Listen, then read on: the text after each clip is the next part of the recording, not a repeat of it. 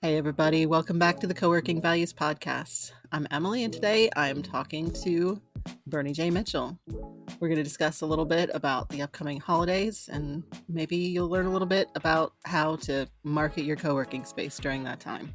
Is this the bit where we say, thanks for being here? Yeah, thanks for having me. Thanks for being here. Yeah, thanks for having me. Yeah, we should just say that over and over for the next 30 minutes. Let's go. So, what do you want to know, Emily? Well, let's start at the beginning. Should you keep your co-working space open over the holidays? I think it's because we have been talking about this a lot, and I've noticed we keep saying keep it open over the holidays, and it's everywhere I've been in a co-working space. If you're a full-time member, you've been able to have access. So there's a difference between members going in and then being open for business and people are walking in. And one of the main things around this whole thing is should you stop communicating your co-working space? Because we've both seen a few people go, oh, we're going to close down completely for Christmas. And we both went, no, like you would in a film. So keep it open for members, I think, is a good thing. Let them know it's going to be. I've noticed a lot of people say it's going to be unmanned, but I would like to say unpersoned over the holiday period and Unhumaned. unhumaned, yeah. And then, but keep communicating it, and we'll get into that. I feel you're going to ask me a question about that. Well, yeah, absolutely. It's it's the question of how much should you talk to people over the holidays too, because they're going to be distracted. They're going to be, at events or out shopping or with their families. What's the good level to strike? I'm thinking, as you said, out shopping with their families. Instantly, what popped into my head is dads standing outside shops in shopping malls, flicking through their phone, going, what can I do with my life in 2025? So that's what you should keep communicating. So they're looking at their phones at least. As we've delved into this whole thing, um, and even like pretty much all my life, in all my work life, people make assumptions about what everyone else is doing over the holidays, and they think that everyone is like them. So, if I'm going skiing, I think everyone goes skiing at Christmas, and I haven't got any you know social media data here, but as every year and in preparation for what we're doing here, I asked a few like marketers that are even better than us what happens, and they say everyone thinks that no one's paying attention, so everyone shuts off, which means there's your LinkedIn post or your email newsletter has more chance of getting read because less people are communicating, and everyone is a lot of people aren't at work. And there is I've got to be careful because I feel like I'm going to like talk nonstop here, but most people who um, work in co-working spaces I know are some form of self-employed, whether they're a business owner, a freelancer, a creator, an independent economic agent. And no matter how many times we log into the Headspace app or Insight Timer, it's very hard to switch off when you run your own gig. And so I think people are paying attention, even though they may not be actively showing they're paying attention. Well, and also they might just not be working, but they're still paying attention. It's not like people. There are some people, of course, and I'm 100% in support of this, who just put their phones away for the holidays, but most people don't. They'll put them away at the dinner table or when you're having an active conversation. But when you take a little break, you step away, you use the restroom, whatever it might be, you still check your phone. You're still participating. With can't speak. What do you look forward to in the holiday season? What does this time of year mean? Not like religiously or socially, but like what does it mean for your work rhythm and I feel that stuff? it's healthy to step out of the workflow once in a while, and of course, there are some workflow systems that, and I think in workflow systems, there are some of them that will get dropped and you'll have difficulty picking up again. But it's a healthy act to step away and step back in because it gives you perspective. It makes you a little bit more objective when you step back into it. So, what I enjoy the most is stepping back into solely my family's workflow and social flow. Yeah, I'm How about you? as you were saying that. Well, what happened to us is we used to come here to Vigo or go to our friends in Poland most Christmases, and now we live in the place where we used to go on holiday at Christmas. And I cannot wait for Christmas this year because we haven't got anyone coming to stay. We're deliberately like unplugging, and but that also means that when I wake up in the morning and do 750 words and everything, I'm going to be thinking more about what is going to be going on in 2025. And I know what we're going to be doing in 2025, and I know what courses and like sort of educationally, work life and everything is like I know what I want out of 2025. So I don't even want to say be working on that. I'll be paying attention to that and Exactly. Yeah. going to I don't know, going to a cafe in the morning and watching all the Christmas stuff happen. And I love sitting in a cafe, tapping on my computer, thinking about what to do.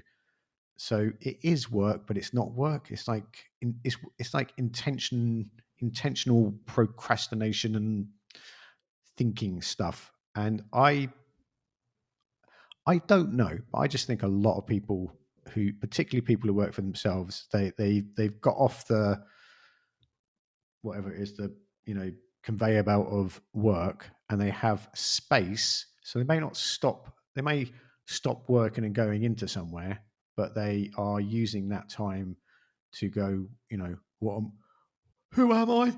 What am I going to do? Yeah. So, what are the reasons why you think it's important for co-working spaces to stay visible over the holidays? Like we looked at it from the personal level, like what we're doing individually and how people might react to it. But how about the co-working space? How can they stay present without being intrusive?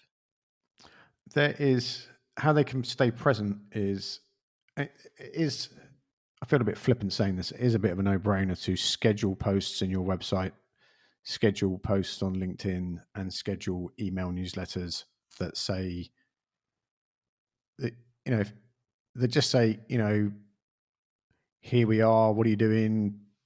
Come and join us in January. Some kind of what you should put in an email is a whole new podcast on its own. But if you communicate online during the Christmas period, when it gets to the January membership surge, you will stand a way better chance of being top of mind. Sorry, that's a real marketing thing. Staying top of mind for the January membership surge even. And like Casting at Desk Mac has like I don't know endless research that supports more people join a co-working space in January than any other time of year. And that is attributed almost to what we've just been saying is people set new goals and think, all right, all this year I've been sitting at home meaning to go and do something. I'm going to join a co-working space. And whether they join a co-working space and take a whole shiny new office, or whether they book a desk pass, not a desk pass, like a day pass, um, that is why you need to pay attention to what you're doing in the holiday period. And how about during that period? Who are the kind of people that would look for and use a co-working space during the holidays? In that holiday period, there's a lot of. I'm thinking of where I used to be in London.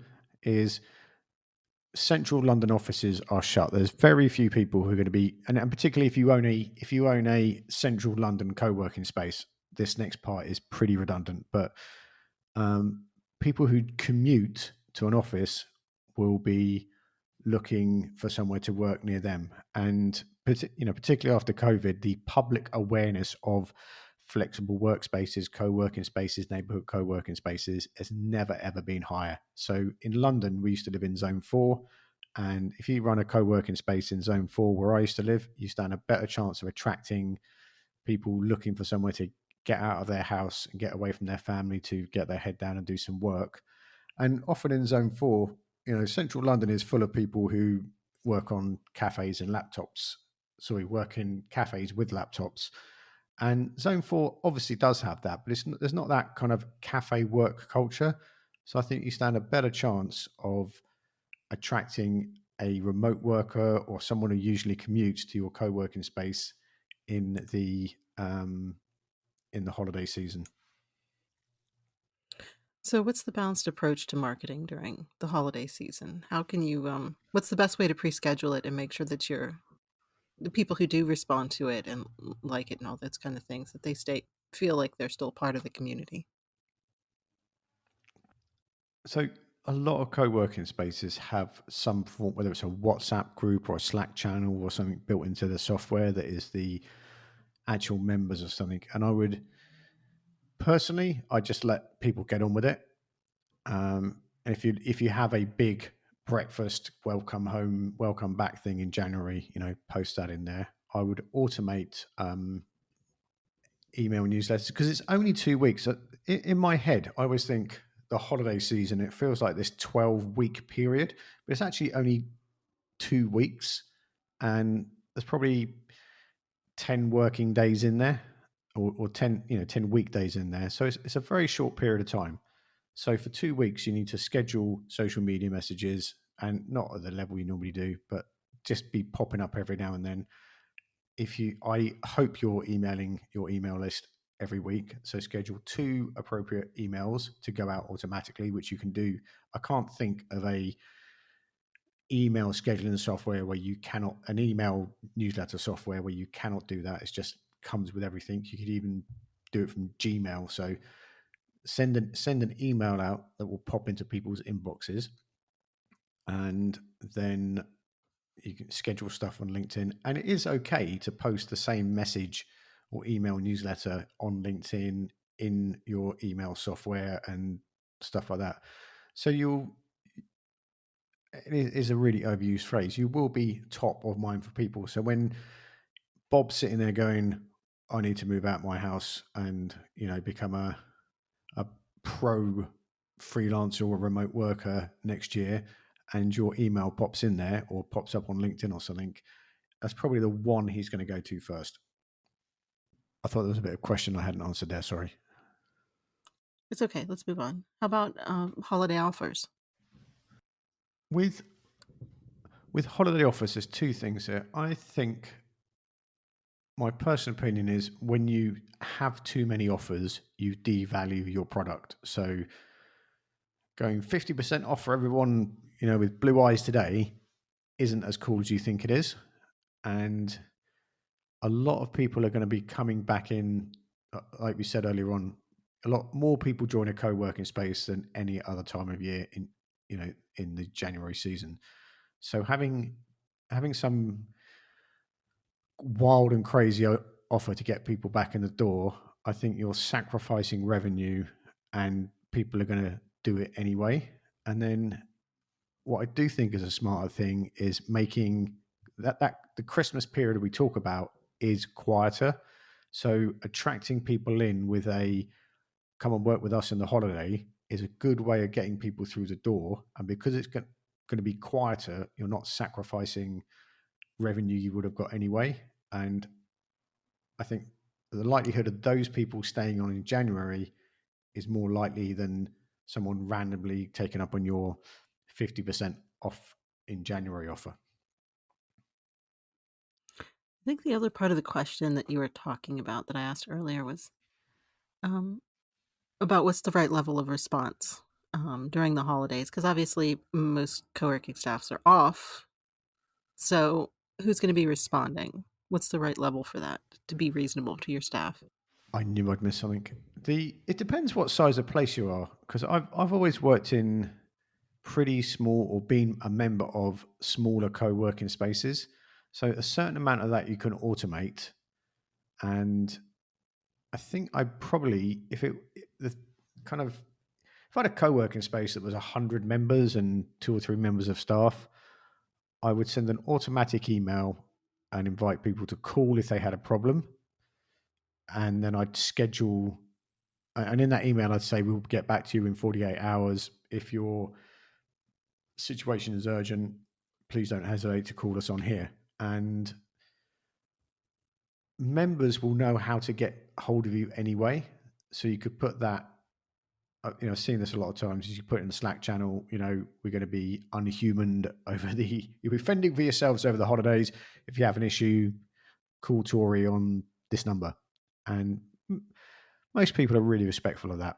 So there's a way for members to get in contact with you if something that goes wrong. And then outside stuff, like the likelihood of someone going, oh, those people didn't get back to me in the holiday, I'm never shopping here again, is really low. And as long as you get, it's more about expectations than response rate, is what I think. Does that make sense? I think so. I don't think there's a huge expectation that people will respond quickly over the holidays either. So, you got to factor that in. So, what's a good way that co working space owners and managers can get a head start on next year?